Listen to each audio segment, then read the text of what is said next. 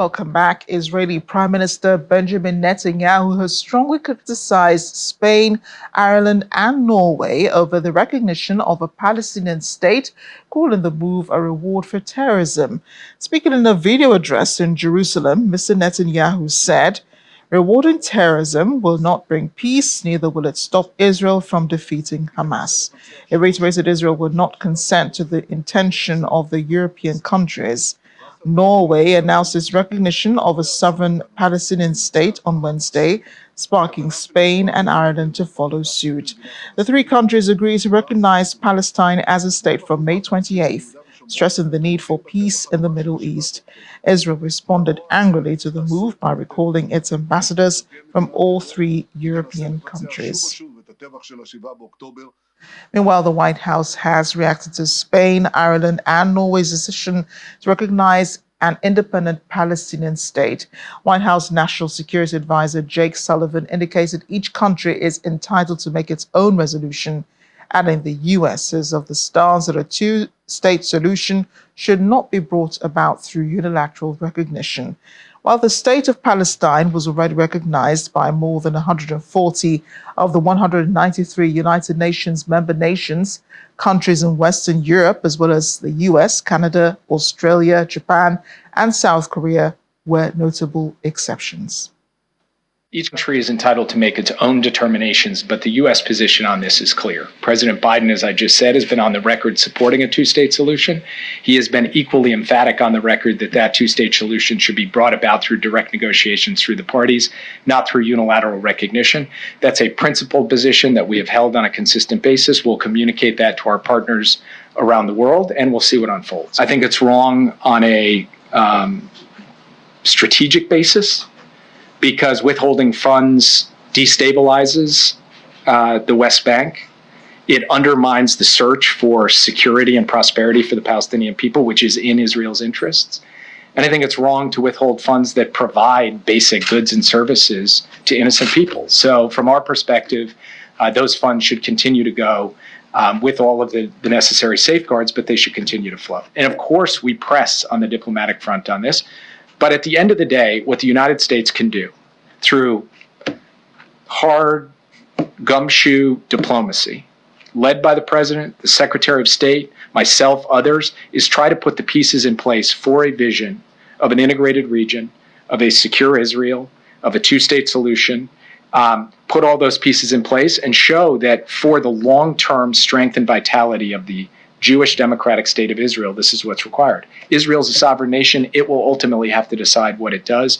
What we can do as a friend is try to put the pieces in place to drive down that road. That's what the president has done throughout his career. It's what he's done as president, and it's what we'll continue to do. I was surprised to see it today because I think it was not an expected announcement, but I don't have any real comment on it because I'll leave it to the UK to deal with their politics, while, of course, the United States deals with its politics. We have a very strong maybe that's an understatement, partnership and alliance with the UK, regardless of...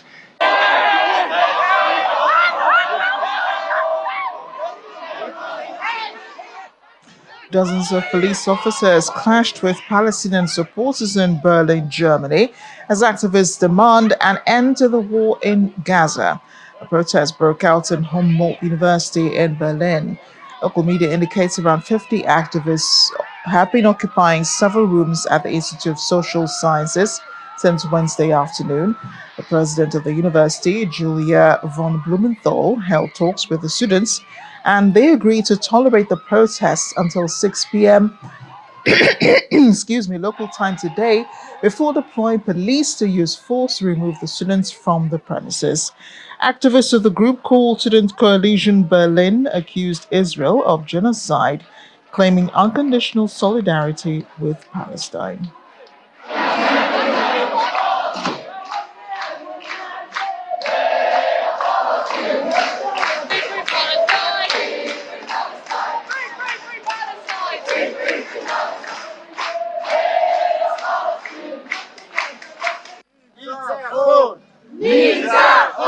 Staying with protests, but this time in Israel, hundreds of citizens rallied near the Prime Minister's office in Jerusalem on Wednesday, demanding the army continue military operations until victory during the convening of the War Council. The protests come after the release of a video showing Hamas fighters capturing female Israeli soldiers at a military base in the Nahal Oz settlement near the Gaza Strip.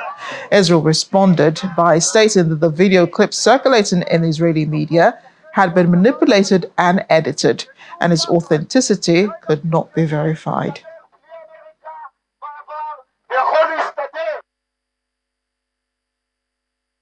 We believe that the only way to bring peace to the area is to destroy the Hamas, to kill every Hamas person. Doesn't matter if you're dealing with military, with civilian things. Every Hamas needs to be dead. This is the only way to bring back the peace to the area, to bring back the hostages. This is the only way. There's only one way to get a deal with Hamas. Sinwar is not a kind person. He's not going to release the hostages. There's only one way to make him release them. It's with pressure, stronger and stronger. Moment before we will win, we might want a deal, but without pressure all the time, there will be no deal. We have an update now on a story brought to you from here in Nigeria. Governor Abba Yusuf has reinstated Sanusi Lamido as the Emir of Kano after signing into law the bill dissolving the 4 new emirate councils in Kano State, created by former Governor Abdullahi Ganduje. The former emirs of the 4 emirates have been given 48 hours to vacate their palaces. The bill passed through third reading earlier today following deliberations on the floor of the State House Assembly plenary presided over by the Speaker, Honorable Ismail Falgore. The bill passed through third reading after Falgore's reading.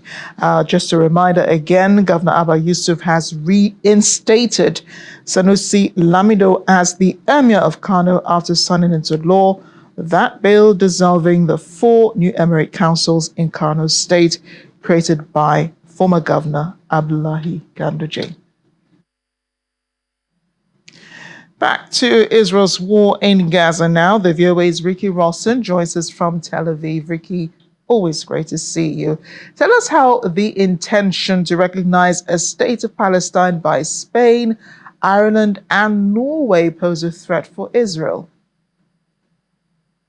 Well, what this means is that Israel would have no choice in any of the significant issues that could be negotiated if there were negotiations about a 2-state solution, such as borders, the status of Jerusalem, security arrangements and cooperation inside the West Bank and the Gaza border. And it would also make it easier for all countries to circumvent the Israeli limitations on trade and controlling access to goods coming in and out. Probably they would move goods through the Jordan border, and then Israel would have no control in terms of inspecting what comes in and out for weapons or other goods that would make it difficult to live with the Palestinian state on its border. In other words, Ricky, this move by these 3 countries are an advantage to Hamas. Definitely, because they see that the diplomatic options for ending the war are closing in on Israel. People are not sympathizing with the Israeli diplomatic position regarding the war and the continued fight, both in Gaza and in the West Bank. And so Hamas has really no incentive to give up the hostages or, for that matter, any military gains to grant them to Israel. It, however, seems inevitable, Riki, given the trajectory of the war in Gaza and reactions to it. There have been more pro-Palestinian protests across the world now. Countries have been condemning Israeli action in Gaza as it affects civilians. Did the Israeli government not foresee this happening? Well, I think many, in fact, in the Israeli public have foreseen something like this and have been pushing for a ceasefire for months, in large part because of the issue of releasing the hostages, which Hamas will not agree to without a full ceasefire and complete withdrawal of Israeli troops. But the government and the army is under the control of Benjamin Netanyahu. And he is afraid to make any moves that might bring about the collapse of his government coalition and lead to elections, which he would probably lose. And in fact, the two announcements this week are announcements of two significant diplomatic losses. First, the ICC arrest warrant, the International Criminal Court arrest warrants against Netanyahu and his defense minister Gallant. And secondly, now these three European countries who declared that they are prepared to unilaterally recognize Palestine. And in fact, these two announcements have seemed to strengthen Netanyahu's position within the country, even among the political opposition, because people see these moves as against Israel as a whole, and not just against Netanyahu and his failed policies. Right, and once again, we're finding the U.S. on the side of Israel. They're also against, the three countries declaring support for Palestine, a state of Palestine next week, next Tuesday. The U.S. Security Advisor, National Security Advisor Jay Sullivan, said that each of these countries is entitled to make its own resolution. The U.S. is of the stance that a two-state solution should not be brought about through unilateral recognition. Does this go against what the U.S. believes, and does it go in any way against UN status and policies?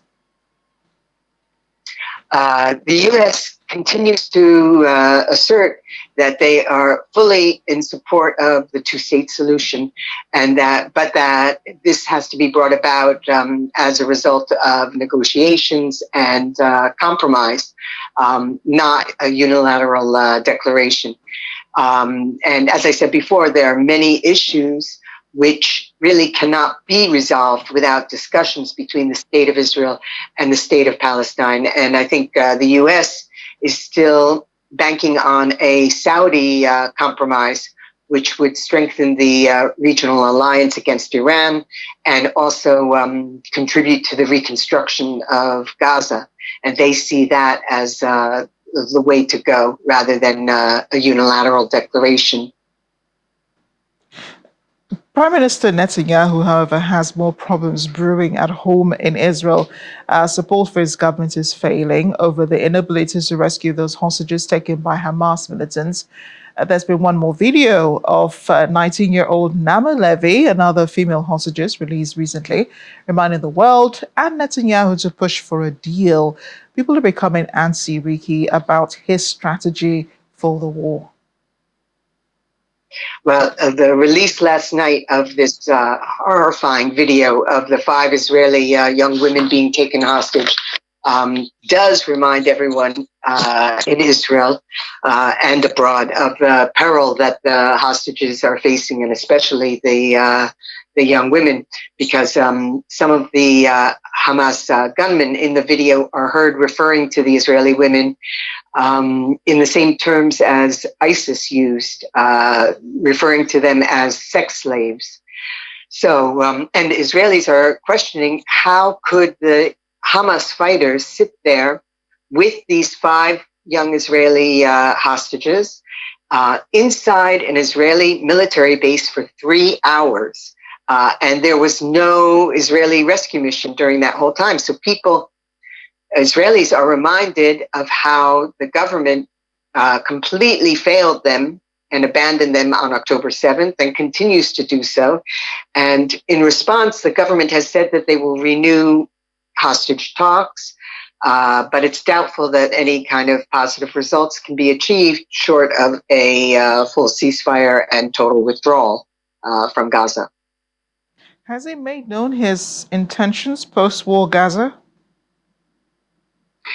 Netanyahu insists that he has a plan, which is to have local Palestinians control the government in Gaza, not affiliated with either Hamas or the Palestinian Authority. But it seems like he is the only one who believes that this plan can work, because on his right, the far-right members of his coalition believe that Israel should be in a unlimited security control of Gaza, and in fact to resettle Gaza, so to have security and civilian control over Gaza. And on the left, most people feel that you can't ignore the participation of the Palestinian Authority as the representative of the Palestinian people.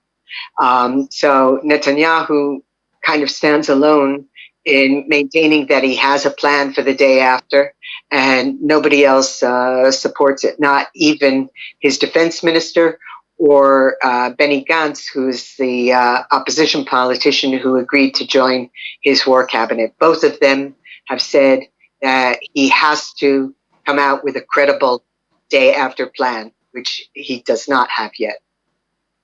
Ricky, thanks again, and do stay safe.